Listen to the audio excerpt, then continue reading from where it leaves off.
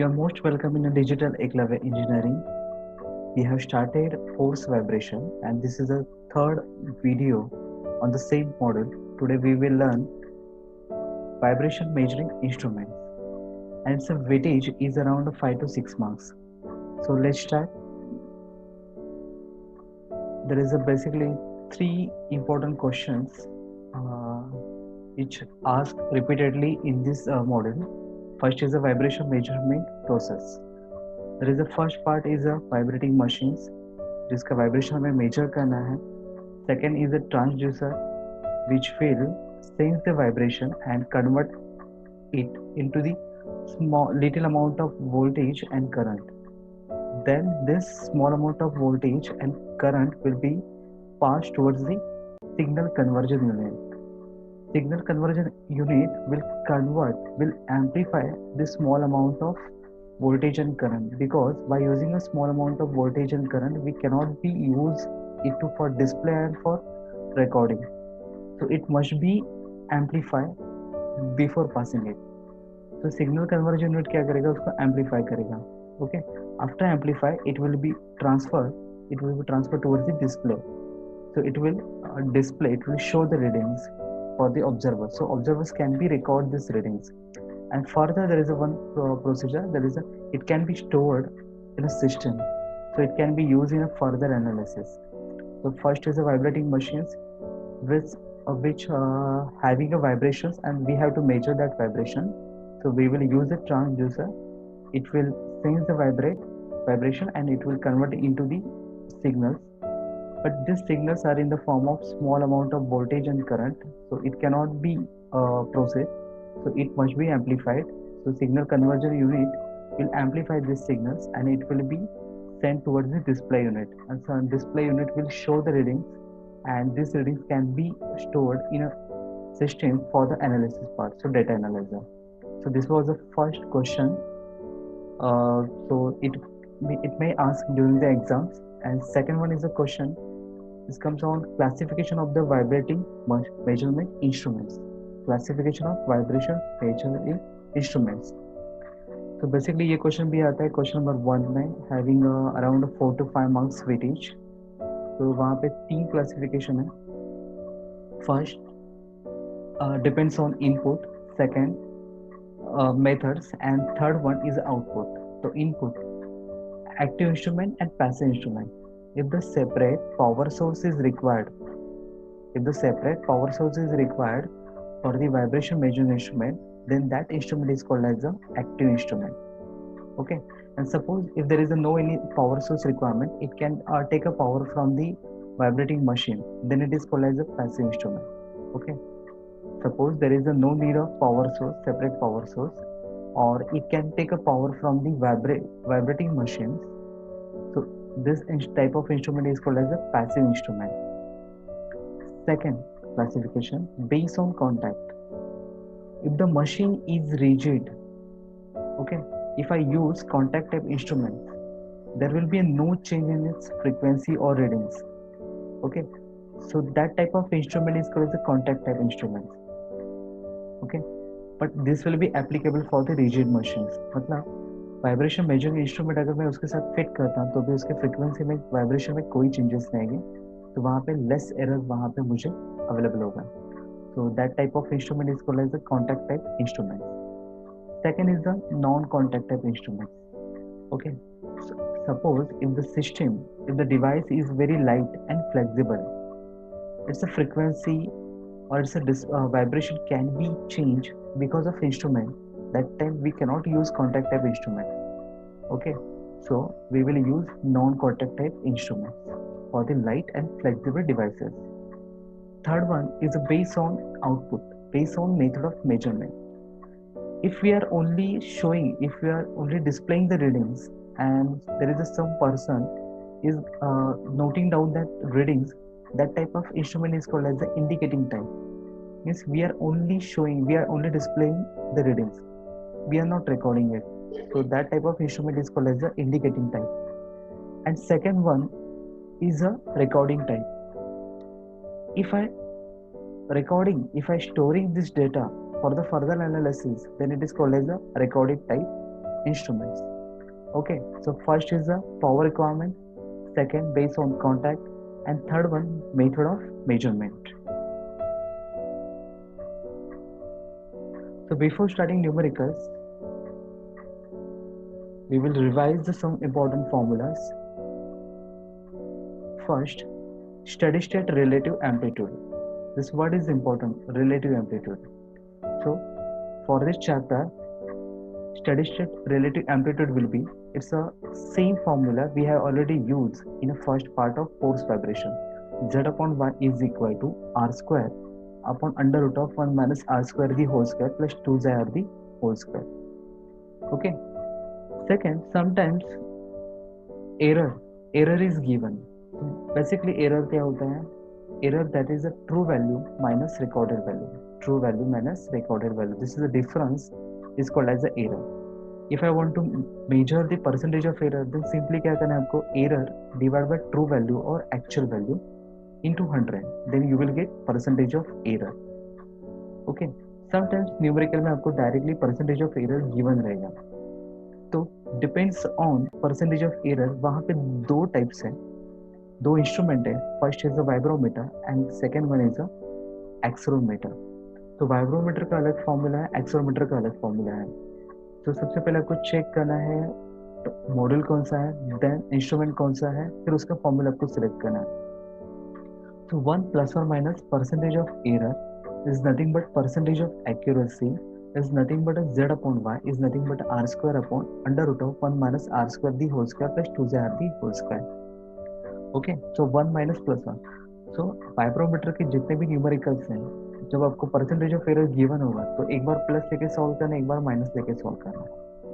Okay, and in case of accelerometer आपको simply एक ही formula use करना है, 1 minus f. F is nothing but 1 upon under root of 1 minus r square the whole square plus 2r the whole square. Okay, so there is a no need of plus or minus. Simply आपको एक बार plus में लेके solve करना है accelerometer को. Basically vibrometer accelerometer होता क्या है? This is a measuring instrument, vibration measuring instrument. यहाँ पे हम वाइब्रोमीटर में डिस्प्लेसमेंट को मेजर करते हैं और एक्सेलेरोमीटर में एक्सेलरेशन को मेजर करते हैं. ओके, ये हिंट है आपके लिए. Next most important formula, sometimes आपको recorded value actual value separately given होगा क्वेश्चंस में. तो ऐसे टाइम में आपको एक सिंपल सा फॉर्मूला यूज करना है, under root of 1 minus r square the whole square plus 2r the whole square. So this formula is very much similar to the x upon x system. Okay, so don't get confused. So let's see how to use these formulas. तो सबसे पहले है seismometer vibration pickup. Okay, seismometer is also called as the vibration pickup या तो फिर vibrometer, vibration measuring instrument. तो सबसे पहले इसके ऊपर न्यूमेरिकल्स देखते हैं. Page number, this is a Techmax page number 10-16. 10-16. So I will read the question for you. Seismic instrument, तो यहीं पे मुझे पता चला सेस्मिक इंस्ट्रूमेंट या तो फिर seismometer is nothing but a vibration pickup या तो फिर वाइब्रेशन मेजरिंग इंस्ट्रूमेंट्स. तो वाइब्रोमीटर के लिए आपको वैल्यू दिया हुआ है. तो यहाँ पे इसका चैप्टर भी पता चला और उसका टाइप भी पता चला. Okay, at 1000 rpm, so rpm is also given. The natural frequency of the seismic instrument is a 20 radian per second. Okay, natural frequency कितना दिया है? 20 रेडियन पर second. Instrument records relative amplitude of 0.5 mm. System records relative amplitude means z is given, that is 0.5 mm. Compute displacement, velocity, acceleration of the machine. Displacement, velocity and acceleration of the machine, and damping is neglected. So xi is a 0. The value of the xi is a 0. तो सबसे पहले देखते हैं कि formula कहाँ पे use होगा. यहाँ पे हमने एक फॉर्मूला मिस किया था, that is a for vibrating machine displacement. Guys, we are using a vibration measuring instrument, तो उसका डिस्प्लेसमेंट को हम x बोलते हैं, एंड वाइब्रेटिंग मशीन जो है वो उसके लिए सपोर्ट की तरह एक्ट करेगा, और सपोर्ट के एम्पलीट्यूड को हम बोलते हैं y. So displacement small y is equal to capital Y, velocity y dot is equal to y omega, and acceleration y double dot is equal to y omega square. Okay, so note down these formulas. तो first of all I will have to find y, then y dot, then y double dot. तो starting कहाँ से होगी? z से होगी। तो आपको vibrometer का फॉर्मूला पता है, आपको वाइब्रेशन मेजरिंग इंस्ट्रूमेंट का जो मेन फॉर्मूला था question number sorry formula number 1, z upon y is equal to are square upon under root of 1 minus are square the whole square plus 2 r the whole square. तो ये formula आपको use करना है। y का value क्या है? Given है। Okay, y आपको फाइंड आउट करना है। ओके, r फाइंड आउट करना है। r फाइंड आउट कहाँ से होगा? तो ओमेगा अपॉन ओमेगा एन से। बट ओमेगा मुझे पता है, मुझे क्योंकि एन पता है, तो एन ओमेगा 2 पाई एन अपॉन 60 करके मुझे ओमेगा फाइंड आउट करके लिया। ओमेगा एन तो गिवन था, so I will get omega n sorry frequency ratio r. तो वो यहाँ पे क्या होगा? यूज होगा। एंड वैल्यू ऑफ जो जाए तो क्या है? 0 है, वो तो गिवन है, टेंशन है कि निगलेक्ट द डैम्पिंग। तो z अपॉन y, तो फॉर्मूला क्या बचा? z upon y is equal to are square under root of 1 minus are square the whole square. तो गाइस यहाँ पे r का वैल्यू चेक करो, 5.235 5.235। ये स्क्वायर रूट कैंसिल होगा, तो बचेगा क्या? 1 माइनस 5.235 का स्क्वायर। तो वैल्यू विल बिकम निगेटिव, सो वहाँ पे सॉल्व नहीं होगा, कुछ रॉन्ग आंसर आएगा। सो बेटर है कि हमने क्या किया, उसको कन्वर्ट किया। सो -1 मैंने कॉमन लिया, फिर वहाँ पे सिंप्लीफिकेशन हुआ, and finally I will get R square minus 1। This concept we have already use in a vibration isolation. Okay, so R square minus 1 कब करना है? जब आपका आर का वैल्यू ग्रेटर देन 1 है। तो 1 माइनस करने से बेटर है आर स्क्वायर माइनस 1 करो। सो आर का वैल्यू आपको पता है, जेड का वैल्यू आपको पता है, then you will get value of Y. Next Y dot क्या है? Nothing but Y omega. तो आपको वाई भी पता है, ओमेगा भी पता है, you will get y dot metre per second. Next acceleration y double dot y omega square. तो वाई भी पता है, ओमेगा भी पता है, you will get 5.27 metre per second square. So this numerical was completely dedicated to formula number 3. Okay, so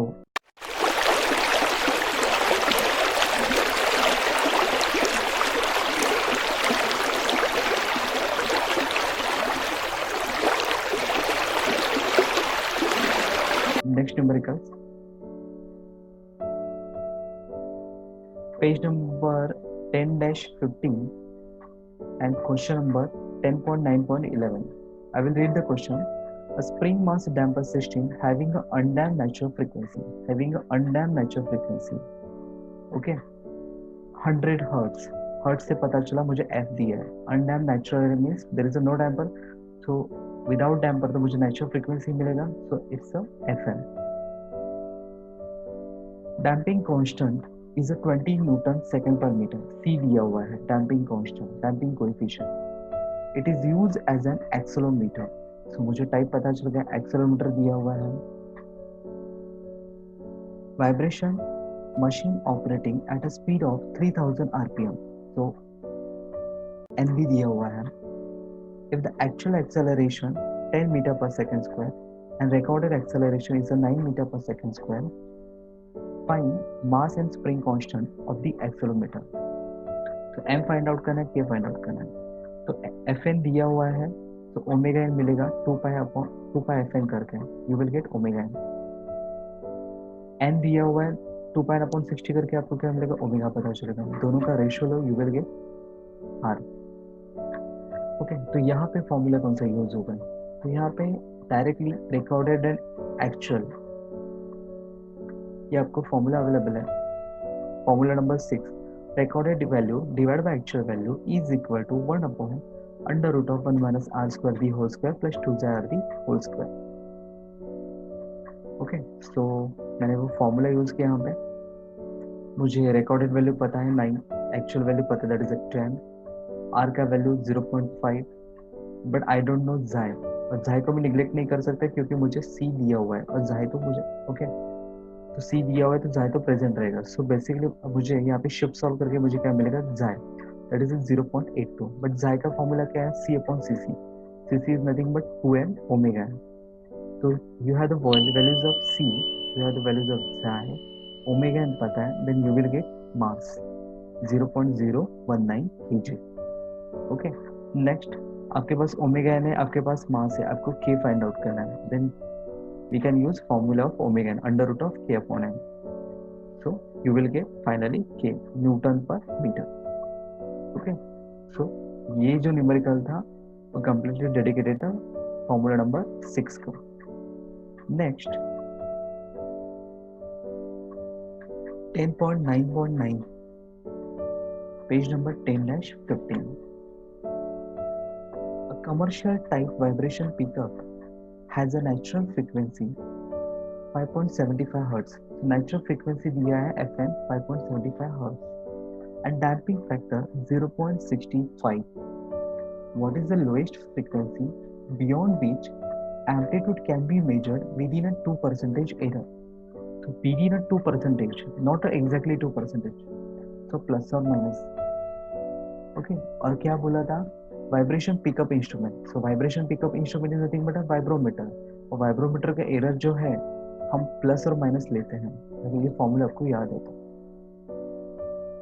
formula number 2 for vibrometer plus और minus percentage of error is equal to z upon y is equal to r square upon under root of 1 minus r square the whole square plus 2r the whole square. तो एक बार आपको क्या करना है, error को plus में लेना है. So 102% means 1.02%. Okay. Same formula R square upon under root of 1 minus are square the whole square plus 2r the whole square. आपको क्या निकालना है, लोएस्ट फ्रीक्वेंसी. तो ये न्यूमेरिकल आपको दो बार सॉल्व करना है, एक बार प्लस को लेके एक बार माइनस को लेके. उसमें से लोएस्ट फ्रीक्वेंसी एफ क्या है, ओमेगा क्या है, वो आपको फाइंड आउट करना है. ऑफ कोर्स एफ डिपेंड होगा ओमेगा पे और ओमेगा डिपेंड होगा फ्रीक्वेंसी रेशियो पे. तो you will get two values of R. उसमें से डिसाइड करना है लोएस्ट कौन सा है. तो एक बार मैंने प्लस लेके 1.02% किया, फिर मैंने उसको मैन्युअली सॉल्व किया यहाँ पे, फिर मैंने उसको इक्वेशन की फॉर्म में लाने का ट्राई किया, फिर फाइनली मैंने यहाँ पे स्क्वायर ऑन बोथ साइड किया, फिर मैंने इक्वेशन के फॉर्म में लाया r/4 r/4 r square and constant value. तो कैसे में सॉल्व करने के लिए मैंने r स्क्वायर को मैंने एज ए x पुट किया और फिर इक्वेशन को सॉल्व किया तो मुझे x का वैल्यू मिला, मीन्स r स्क्वायर का वैल्यू मिला. बट r स्क्वायर मुझे नहीं चाहिए, मुझे फ्रीक्वेंसी रेशियो चाहिए, r चाहिए. तो उसको स्क्वायर रूट में डाला, then I will get r. Okay. So now you are the values of r. आपको r पता है. नेक्स्ट आपको ओमेगा एन का वैल्यू भी पता है. सो आपको क्या मिलेगा, ओमेगा. ठीक है. फिर जो ओमेगा आएगा उसको डिवाइड बाय 2 पाई कर दो, आपको क्या पता चलेगा, एफ. सेम न्यूमेरिकल आपको -2% मीन्स 98%. ओके. तो 98% के लिए मैंने यहाँ पे भी सॉल्व किया. अगेन कैलसियम में ट्राई करके देखो, शिफ्ट सॉल्व हो रहा है तो बेटर है, अदरवाइज ये आपको मैनुअली सॉल्व करना है. Don't do mistakes during this process. Okay. तो मैंने जितना हो सके उतना सिंप्लीफाई करने की कोशिश किया है. फिर मैंने स्क्वायर ऑन बोथ साइड किया, फिर आर स्क्वायर को एज ए एक्स पुट किया, फिर मुझे एक्स का वैल्यू मिला मीन्स आर स्क्वायर का वैल्यू मिला, फिर मैंने उसको स्क्वायर रूट में डाला, then I will get R. फिर आर का वैल्यू पता है, ओमेगा एन का वैल्यू पता है, then you will get omega. Okay. तो ओमेगा मिलते है, डिवाइड बाय 2 पाई करो, आपको क्या पता चलेगा, फ्रीक्वेंसी इन हर्ट्ज. तो फर्स्ट आंसर था 11.44 हर्ट्ज और सेकंड आंसर है 8.98 हर्ट्ज. तो my lowest frequency is 8.98 hertz या तो फिर 56.35 रेडियन पर सेकेंड. Got it. तो वाइब्रोमीटर के न्यूमेरिकल आपको दो बार सॉल्व करना है, एक बार प्लस में लेके एक बार माइनस में लेके.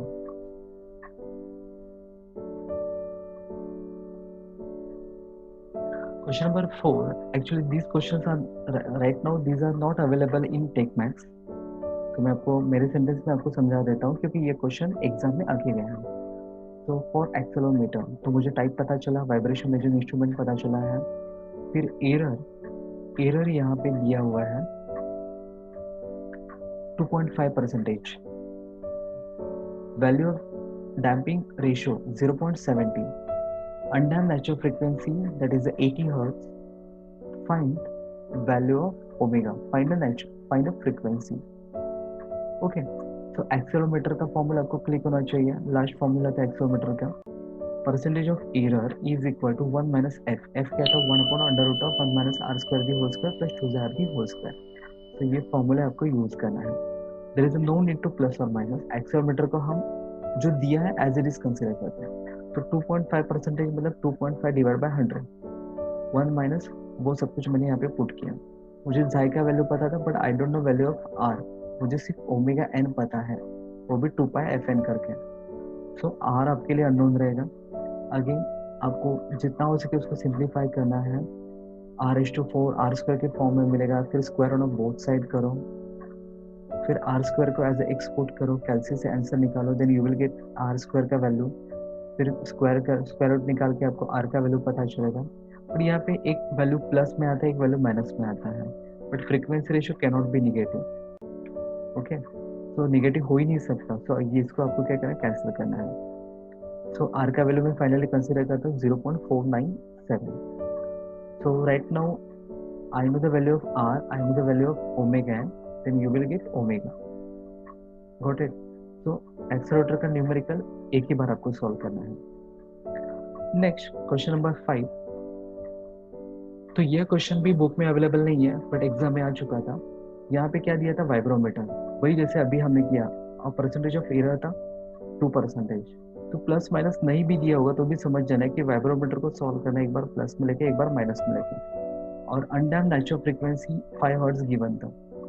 ओके, और other frequency is a 40 hertz. तो एफ एन पता है, एफ पता है, तो omega is equal to 2 pi f n, omega n is equal to 2 pi f n. So वो कैंसिल, 2 पाई कैंसिल होगा, तो r is nothing but f upon f n. So then you will get value of r. और आपको find out करना है damping ratio जाए। Again एक बार plus में लेके एक बार माइनस में लेके वाइब्रोमीटर का फॉर्मूला आपको यूज करना है। सो 2% एरर मीन्स 102%, 102%, तो 1.02। सो यहाँ पे आप समझ जाना है 1.02 कहाँ से आया, तो 102, 102 डिवाइड बाय 100 क्योंकि परसेंटेज है, तो 1.02। आर का वैल्यू पता है, यहाँ पे जाय अननोन रहेगा, and finally you will get value of जाय। तो एक बार प्लस में लेके एक बार माइनस में लेके 2% नेगेटिव में लिया तो 98%, again you will get value of जाय। Okay, and most important question, page number 10-17, 10-17, question number 10.9.16। ये न्यूमेरिकल मैंने इसको 2 से 3 बार मैंने क्वेश्चन नंबर 1 में देखा है, थ्योरी पार्ट में आता है। तो यहाँ पे क्वेश्चन क्या है, prove that an undamped measuring instrument will show a true response for a frequency ratio 1/√2। सबको प्रूव करना है frequency ratio is a 1/√2, but for what? For true response and for undamped nature। so इसका 5 marks का weightage है। Prove that for an undamped बोला है तो z is equal to 0। For true response के लिए आपको याद रखना है z is equal to 1, means recorded value and actual value are the same, therefore it is called as a true response। so z upon y का जो ratio क्या रहेगा, वो इक्वल टू रहेगा 1 रहेगा। और आपको प्रूफ करना है r is equal to 1/√2। Then कैसे, तो z upon y का फॉर्मूला क्या था, r square upon under root of 1 minus r square the whole square plus 2r the whole square, but value of z is 0, so this will become 0। Again बचा गया यहाँ पे square and square root, तो वो तो cancel हो जाएगा, और z upon y तो सेम है, so it will become 1। तो यहाँ पे बचा क्या, न्यूमरेटर में आर स्क्वायर और डिनोमिनेटर में 1 minus are square. Again denominator will go to the left hand side and it will multiply, so 1 minus r square is equal to r square, so minus r will come here, it will become twice r square, so 2 will go here, it will become 1/√2, 1/2 is equal to r square, but so r is equal to 1/2। so guys इसका practice करना है, ये 2 से 3 बार आ चुका है। तो सबसे पहले क्वेश्चन जो तो थ्योरी में था वो vibration measurement process, second classification and third one this derivation, तीनों में से एक आता है। ओके, और न्यूमेरिकल का लास्ट पार्ट ये भी एग्जाम में 2 से 3 बार मैंने इसको देखा है। फिलहाल न्यूमेरिकल ये टेकमैक्स में अवेलेबल नहीं है, बट मैं आपको एक्सप्लेन करता हूँ। हियर सपोर्ट वाइब्रेशन में नीचे वाला मशीन वो क्या रहेगा, y सपोर्ट का vibration, so amplitude is 4 mm, 4 into 10⁻³ metre. Damping ratio is also given 0.2 and frequency is a 12 radian per second, 12 radian per second.